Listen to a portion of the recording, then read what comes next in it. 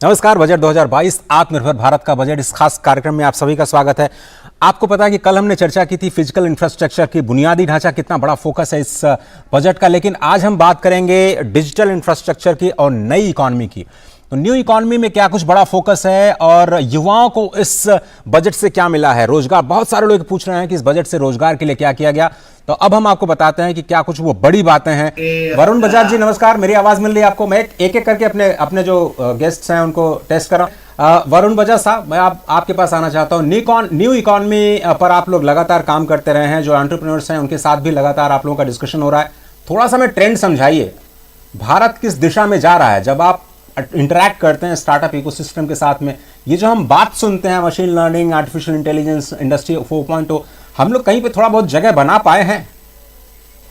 आपने बड़ा अच्छा सवाल पूछा है और आंकड़ों से बेटर रास्ता नहीं पता लगता कि कहां जा रहे हैं। मैं कुछ आंकड़े बताता हूं, वो सबके लिए तथ्य होंगे।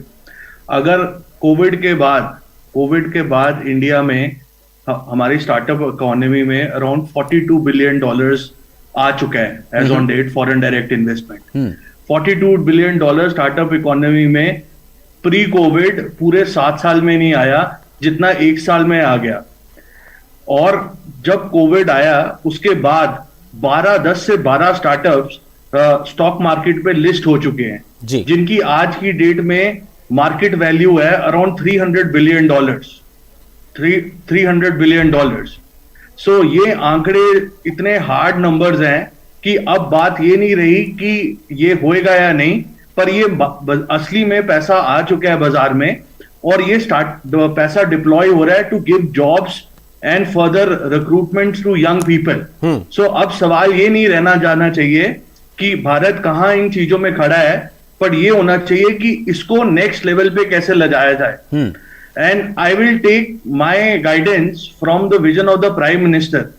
अगर आप देखेंगे, अगर न्यू इकोनॉमी सबसे मुश्किल समय में, जब कोविड कह रहे थे कि बाजार में सबसे मुश्किल समय है, आज की डेट पे इंडियन इकोसिस्टम स्टार्टअप का दुनिया में 3rd लार्जेस्ट स्टार्टअप हो गया है।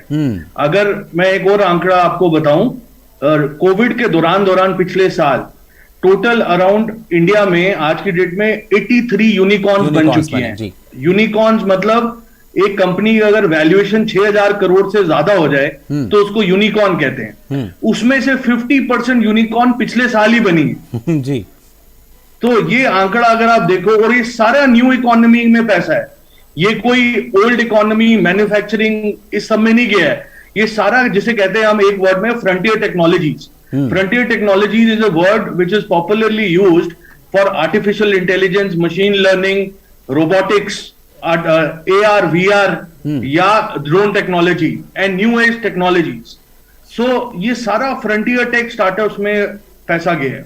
नाउ अगर आप मार्केट्स में बात करो आज की डेट में, and we are doing lot of deals because we are the law firms for lot of funds जो पैसा लाते हैं इंडिया में और जो करते हैं जी। आज की डेट में प्रधानमंत्री जी की विजन थी कि Indian economy can touch A mark of $5 trillion.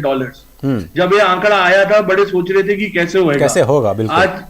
आज की डेट पे new economy itself has the capability to cross the $5 trillion in next few years. जिस तरह से इन्फ्यूजन हो रहा है, अगर इसी रन रेट पे हमारा फॉरेन डायरेक्ट इन्वेस्टमेंट आता रहा